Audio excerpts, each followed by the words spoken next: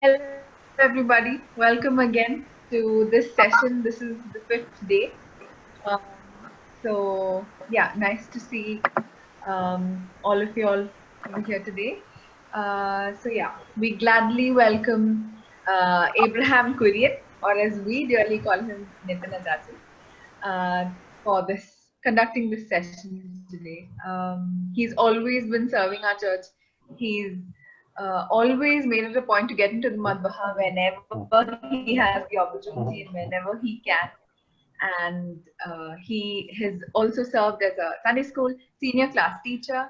And yes, it is with um, a lot of immense pleasure that we welcome Nitin Achachi to speak. Okay, thanks, Elsa. This is clear, right? The audio?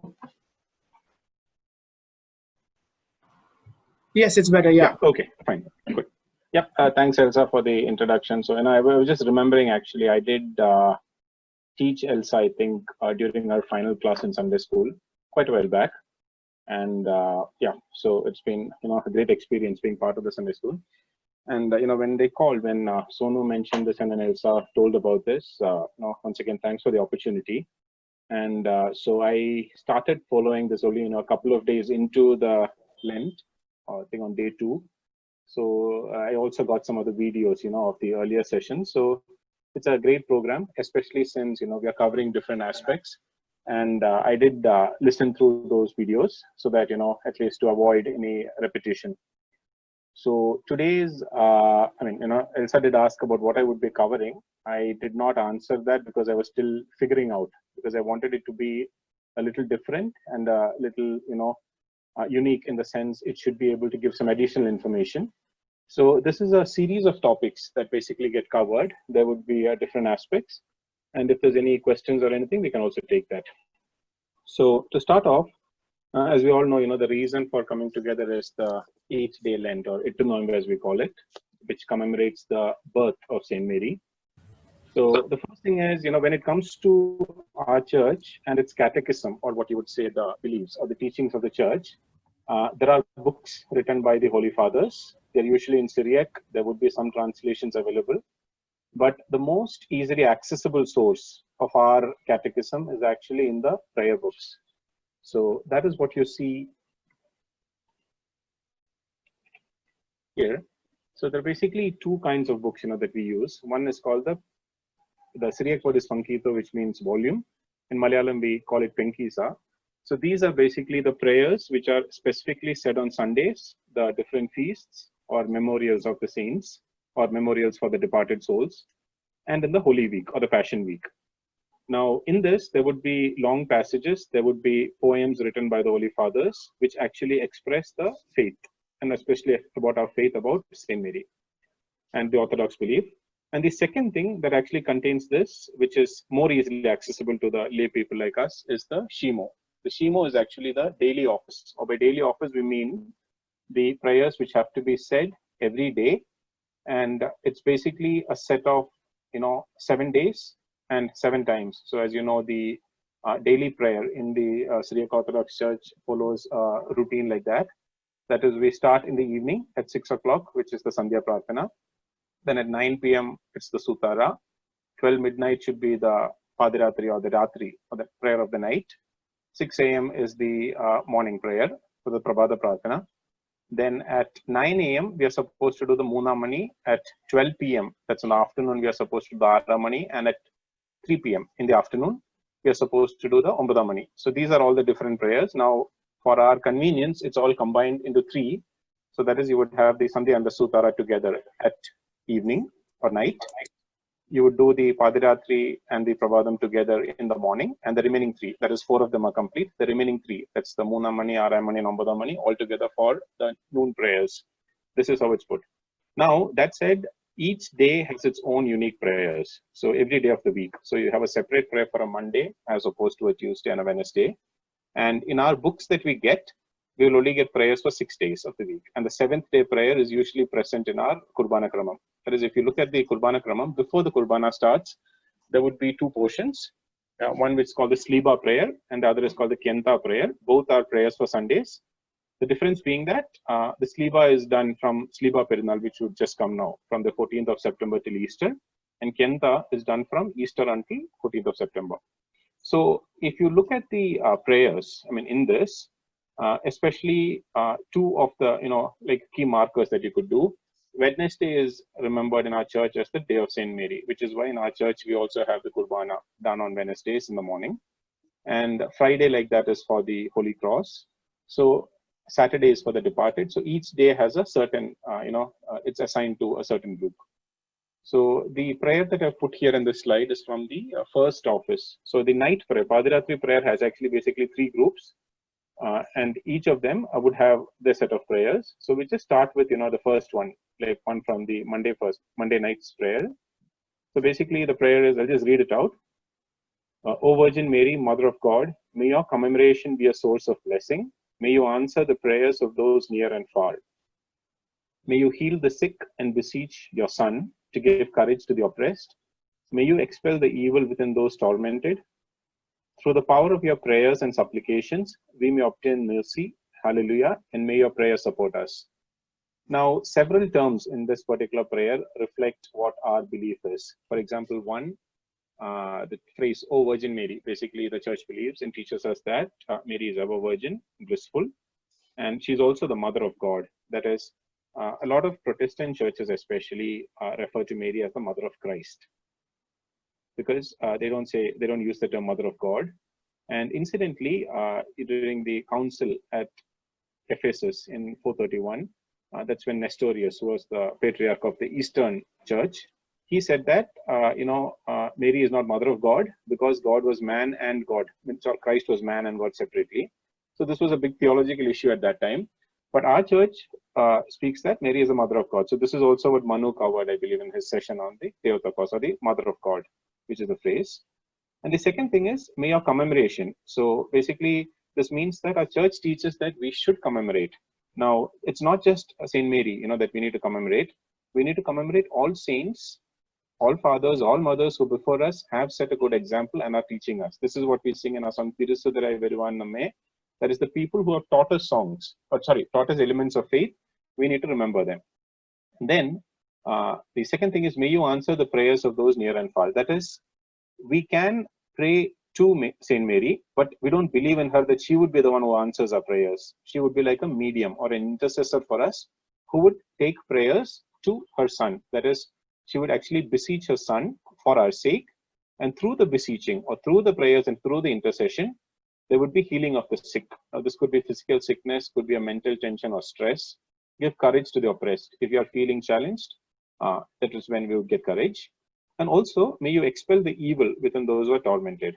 And then, finally, this part, through the power of your prayers and supplications. So the church teaches that Mary, who bore God, or Jesus, as a child, and who was the closest to him, definitely holds a position which is very unique. Now, that's why in our church, if the church is named after St. Mary, the main thronos is always named after St. Mary. But if the church is not named after St. Mary, the next important thronos, or the one on the left side, is always named after St. Mary. So if you go to any church that is, let's say, St. Thomas or a St. Gregorius church, you will always find a painting of St. Mary on the left side, because that is the next highest place in the church. And basically, the reason is, below Christ, above the saints, that's where the church holds St. Mary in her importance. So moving on, I just briefly speak about the different feasts. So this is more like a superset of all the feasts. There are some of these we are familiar with and some we are not familiar. So all the different Perinal which we have about St. Mary. Now, so what we do know is this one, March 25th, which is the Annunciation. That is the Archangel Gabriel who actually goes to St. Mary and informs her that, she's going to bear God, and that, Christ would be born. And that's when, Mary asks back about, how would this happen? I've not known a man. And the, angel replies. And this is where, this is famous Song of Mary also, or the, what's called the Magnificat, which is Skanda Linjandethanadasi, that entire prayer. Or Behold the Handmaiden of the Lord.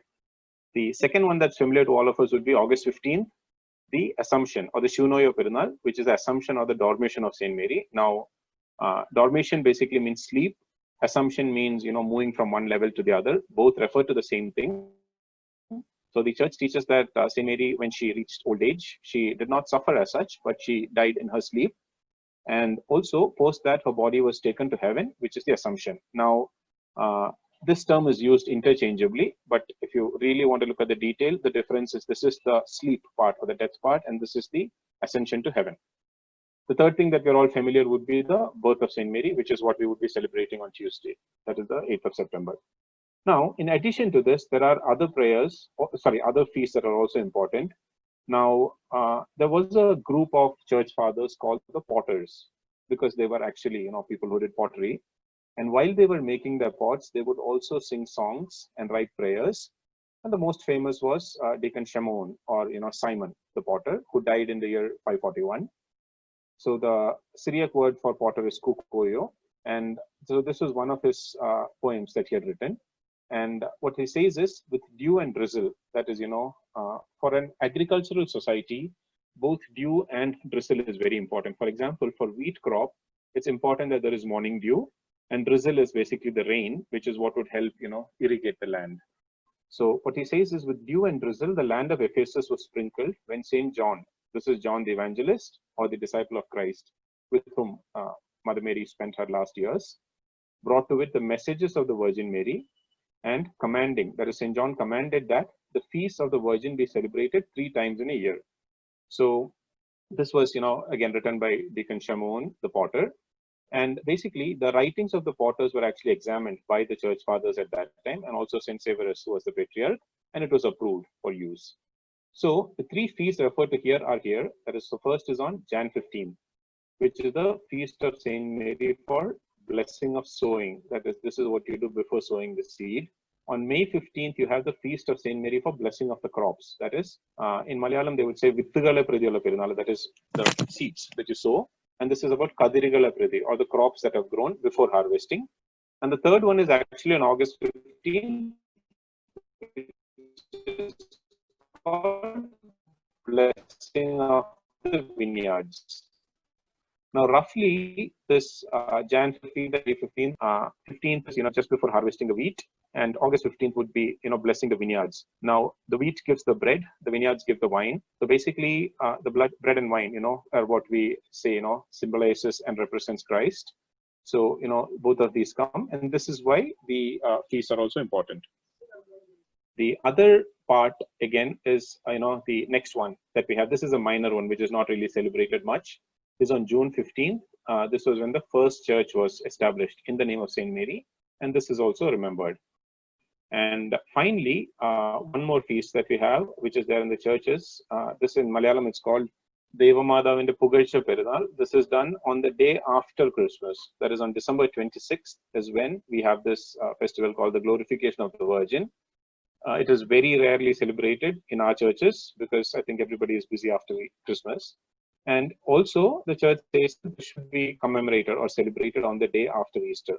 So these are all the feasts of St. Mary in the church calendar. Now, as you can see, the church also teaches that we should only commemorate the date of the departing or the death or the demise of the saints. And exceptions are made only in 2 cases. One is St. Mary, which is September 8th.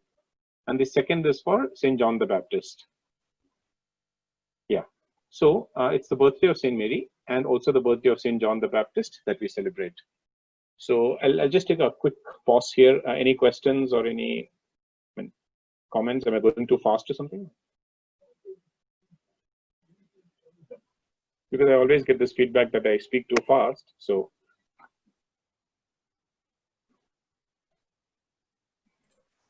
No, actually, I think it's fine. Okay, sure. Thanks. So moving on, again, another thing that I wanted to try and cover today was, representation, or, how exactly does St. Mary get represented in different media. Now, one of the proud possessions of the Syriac Orthodox Church is this painting that you see on the left. So this is a painting of Virgin Mary with the child Jesus. And this painting is actually present in the House of Mark, or the House of St. Mark, which is in Jerusalem. So this is a monastery of the Syriac Orthodox Church. And the House of Mark is it has a very important place in the history of Christianity, because this is where the disciples and Saint Mary all gathered for prayer after the ascension or the resurrection of Christ, and after his ascension to heaven, which is Swargarohanam. They were praying there, and while praying there, that is when the Pentecostal event happens, when the Holy Spirit comes down, from heaven in the shape of the dove. And this happened at the house of Mark. So it's a church of ours, and those of us who visit the Holy Land in Jerusalem, have an opportunity to go here. And it's still a church where the prayers are regularly done. Now, this particular painting here is, believed to have been painted by Saint Luke, or Saint Luke the Evangelist. Now, Saint Luke was a physician, and he is also known as a painter, a good painter, and there are some paintings that are attributed to him. Now, this is one of our, so I also had an opportunity actually to visit this church a few years back. And we have our Tirumeni, the Syriac Tirumeni, who is there, and also with nuns who continue to live there. And, it's a great opportunity actually to be there. Another thing that, especially comes about paintings of St. Mary is the colors that are used. Now, if you look at most of the paintings of Mary, it's always in a shade of blue. And in the Western paintings that you see, this color is actually called Marian blue. And there's a reason behind this. Around the time in the 2nd, 3rd, 4th centuries, etc., most of the paints that were used were either from plants or from natural minerals. Now, this blue shade is not a naturally occurring color. You don't find any plant or animal that can actually give you this kind of a shade. So to make this, the only way you can get it is this crystal that you see here called lapis lazuli. At that time, it was only found in Afghanistan. Now you find it in a few places. But this crystal, it's very expensive. It was actually costlier than gold at that time. This has to be powdered to create this color called ultramarine. So since it's such an expensive shade for the old paintings, the shade would only be used for, St. Mary, or sometimes very rarely for angels. And that's also because of the importance that the church actually attributed to St. Mary. And the second thing was also gold used to be used. Now, the most expensive color was ultramarine. The next most was gold. So they would liberally use both ultramarine and gold, either as a background color or in a halo. The halo is the light around the head. Now, the reason for using gold was it symbolizes purity, royalty, because only the royal could, afford to use gold, and the glory of life after death. That is, there is resurrection, and Saint Mary, through her ascension into heaven, that's through the Assumption, she's actually in a state of life after death now, And another thing that's often seen in paintings of Saint Mary is the use of flowers. So there are two flowers that are often used. One is the white lily. So there would be generally about 3 lilies that are shown. And the reason is this is also an emblem of the Virgin Mary. And the white color of the petals, they basically stand for her purity of her body. And the golden anthers, or the little stems that come out of the flowers, they show the radiance of the soul. And the second thing that's also used is the emblem of Mary's love for God. That is a rose. Now, if you see, most of the earlier paintings all used blue, some have red. And Christ, most of the paintings used to be red. Now, the reason for that was because to symbolize his death for us and the blood that he shed for us. And this is also a painting by an Italian painter called Botticelli, which is in the 1500s. This is Saint Mary, this is Jesus, and 2 angels, who are basically speaking to her while she's with the child. Now, maybe just taking a pause, these are 2 representations of Saint Mary. So one on the left is not approved according to our church, and the one on the right is approved. So any answers on why do you think that this is not okay and this is okay?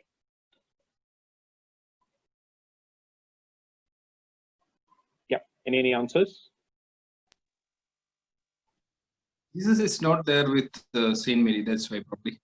Exactly, correct, Rosh. That's a correct answer. But the church teaches that we should not have any representation of Saint Mary without Jesus, because we do not hold this belief that Mary is holy by herself. That is, she's holy because she was chosen by God to carry Christ, to give birth to Jesus, and to be his mother, thereby be a plan of our salvation, but not intrinsically or not individually. Now, this is a big point of difference that our church has with the Catholic Church. So the Catholic Church has this theological part, what they call a dogma or a teaching, which is called the Immaculate Conception, or in Malayalam it's called Amalolbhavam. That is, what it basically says is, we know Christ was without sin at birth because he is the Son of God. But Mary, we believe, had a normal human birth. That is, when she was born, all humans who are born with the sin of Adam. That is the sin that led to the expulsion from the Garden of Eden, or the disobedience that he did. So Mary also had that sin, but she was purified. She was glorified, and she is venerated also now. But we don't believe and we don't teach that she was born without sin. The Catholic Church teaches that, basically as a result of a vision they had in between. But this is not a belief that's followed by any other church. So we should also be a little careful in some of our songs. Sometimes in our church, when we sing songs, we try to take songs which are from the Catholic Church. So we should be a little careful about what exactly is the meaning. Like if they refer to phrases like Amalol Bhava Madhave, that is not something that is according to our teaching. And this on the left is clearly, a representation of that teaching of the church. So just remember, if we use images in our house or for our prayer, always remember that they should be of the Virgin or Mother Mary and Jesus together. So now I just move into some of the relics, or what is available. Now relics are remnants of the saints. Now in the case of a saint who was, let's say, died and was buried, it's possible that it could be a certain part of their body, or it could be some kind of clothing that they used. Now, for example, in our church at Kyarpuram, we have a relic of Saint Ignatius Elias III, the patriarch who was buried at Manjanikara.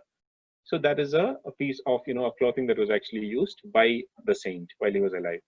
Now, the reason why the church venerates relics is that we believe that these relics have spent time in close proximity to the saints, and naturally, the blessings that the saints received, their prayers all also entered into the relics. And we don't really pray to the relic believing that this has a strength of its own, but by association, by proximity to the saints, they also have value, which help us. So the most important relic of the Virgin Mary that we have is the holy girdle, or the belt. The Syriac word is Zoonoro. Now, the origins of this, it's a nice story. Most of you would have heard it in some form or the other. I'll just repeat it in case there's somebody who was hearing it for the first time. So when St. Mary died or went into dormition, and after that the angels came, and that's when she was taken to heaven. And while this was happening, all the disciples of Christ who were alive at that time, all the apostles, they all came to meet her. And when they came to meet her, St. Thomas, or the patron saint of India, was actually far away in India. And the only way that he could get back was because the Holy Spirit actually transports him. But by the time he reaches, St. Mary is already being taken to heaven with the angels. And the teachings are that, he calls out to St. Mary, and, as a sign of faith, or, as a symbol of faith, she actually takes the girdle and passes it to him. So this is an icon that actually shows that St. Mary was buried in a tomb with flowers and everything. Again, you can notice the lilies here. And then when she was taken by the angels to heaven, that's when St. Thomas comes and she gives the girdle. Now, this girdle was, passed through the churches, the church fathers, etc. And it was actually entombed in a particular church, which is actually in the region called Homs in Syria.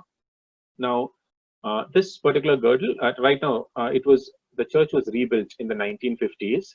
And that's when our former patriarch, Ignatius of Frame the First, who was the patriarch of Antioch and all the East, when, this was discovered in a silver vessel with inscription on it. So it was interpreted, and they understood that this is the girdle of St. Mary. So this is also a very prized possession of the church. And the patriarchs, through history, since Ignatius of Frame the First, the next three patriarchs also have been, kind enough to actually give us fragments for veneration in several churches. Now, this picture that you see here is the former Bishop of Homs. His name was His Grace Barnabas Militius. So he's holding the girdle. And, there are some other pieces of it in churches around the world, but this is one of our possessions. Now, that said, one more thing to just keep in mind is, when it comes to relics, there could be multiple, churches or multiple groups that claim that we have the original relic. Now, there are two more examples I just mentioned. The Greek Orthodox Church says that there is a cincture, or the relic of the Saint Theotokos, or the belt of Mother of God. This is in Mount Athos, which is a monastery or a series of monasteries in Greece. And according to the Catholic Church, there's a girdle of St. Thomas, which is in a cathedral, Prato Cathedral in Tuscany, in Italy. Now, the girdle of St. Thomas is a girdle made from camel hair with knots in it. And this was found by a Byzantine princess and a queen later, who basically embellished it with gold, etc. And this is also kept. Now, the important thing is all these three, like our holy girdle, our Zoonoro, and the cincture and the girdle of Thomas, all refer to the same story or the same narrative of Thomas coming and receiving the girdle and, it passing down. So as far as we are concerned, it doesn't really matter as to, what is accurate, but this is an element of faith. And the most famous church in Kerala that has this is the church in Manargad. And likewise, outside Kerala also there are churches. For example, the church in Hyderabad, which Manu is very familiar with, they have a fragment of the girdle. This is Zoonoro there. And it's also there in one of the churches in Bombay.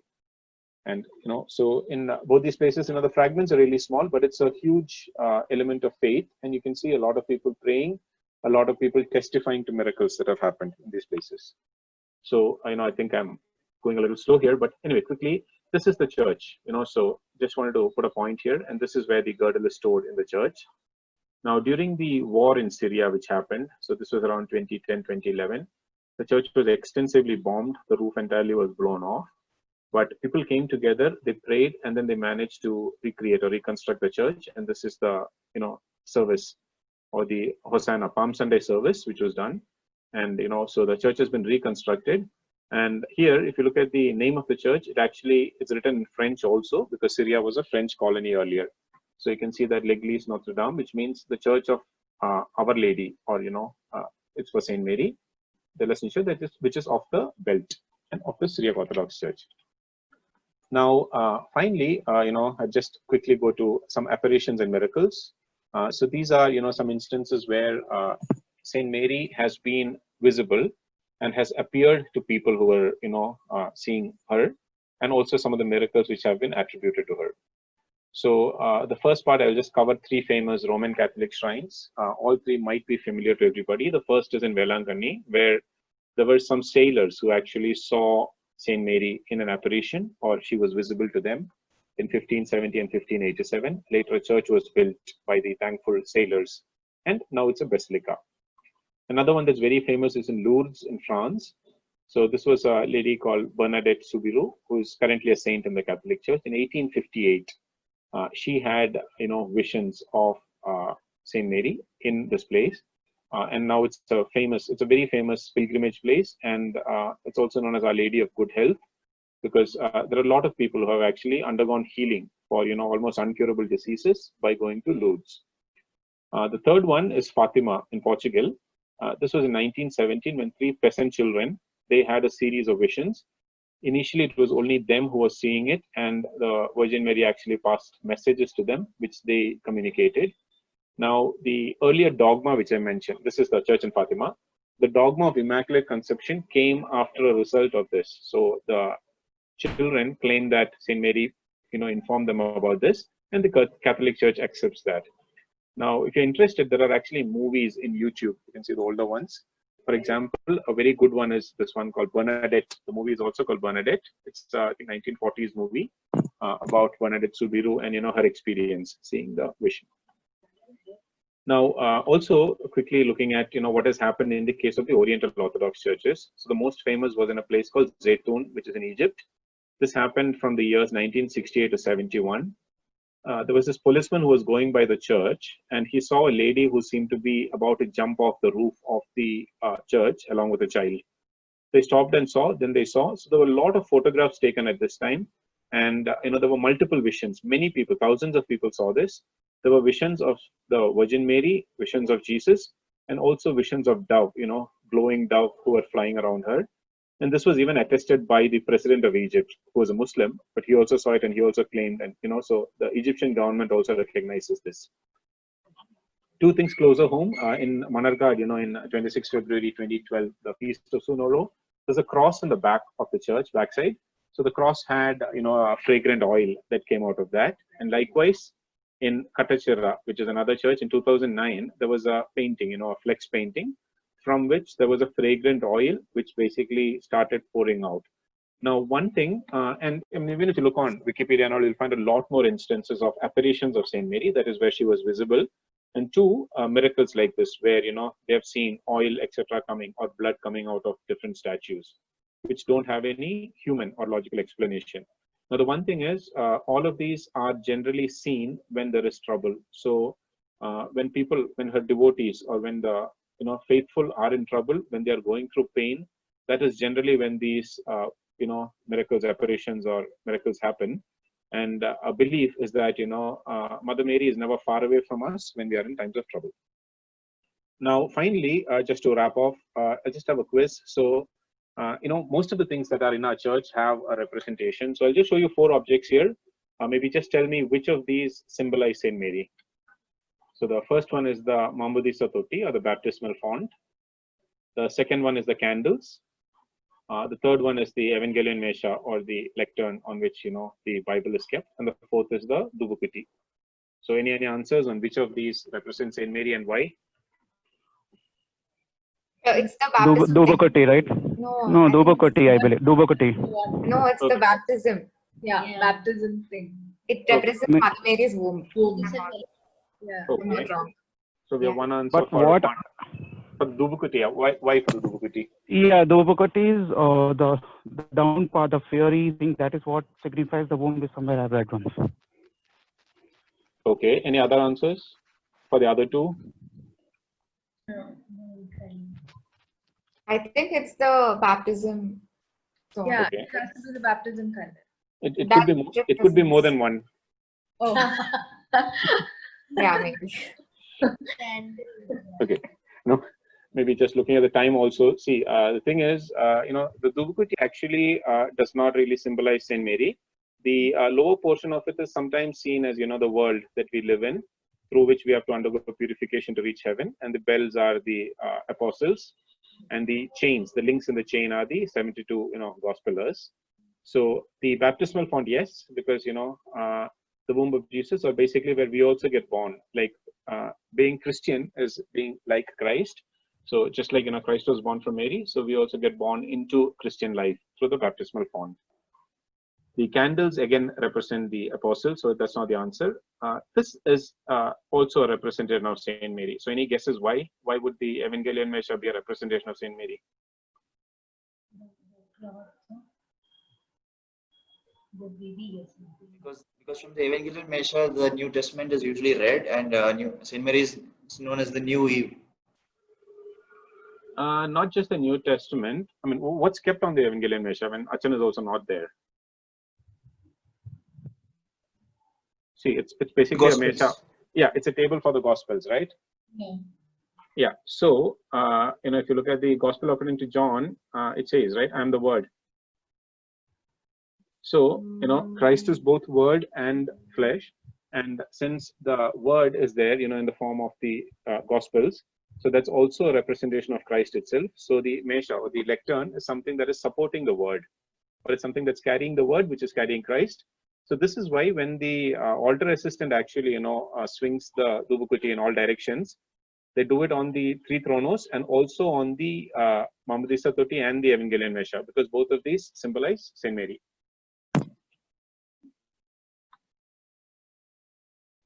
So hope that was clear. Now maybe, just to conclude, maybe I just had another prayer from Saint Jacob of Syriac. This is also a prayer to Saint Mary. That's your prayer be with us, O blessed. Your prayer be with us. The Lord answers your prayers and forgives us. May you who are full of grace offer up supplications to the merciful and beseech him to have mercy on the souls seeking it. Amen.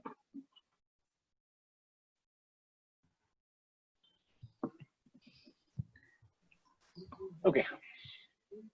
Thank you so much, Nitin and Chacha. It was such a very, very informative session. I'm sure most of us learned a lot in this session, and it was really nice. So thank you so much for that. Now we'll have a song which was recorded by Rini and Rohan. Rohan played the guitar and Rini sang the song. Okay. Yeah, I'll share my screen and I'll play it. 1 second.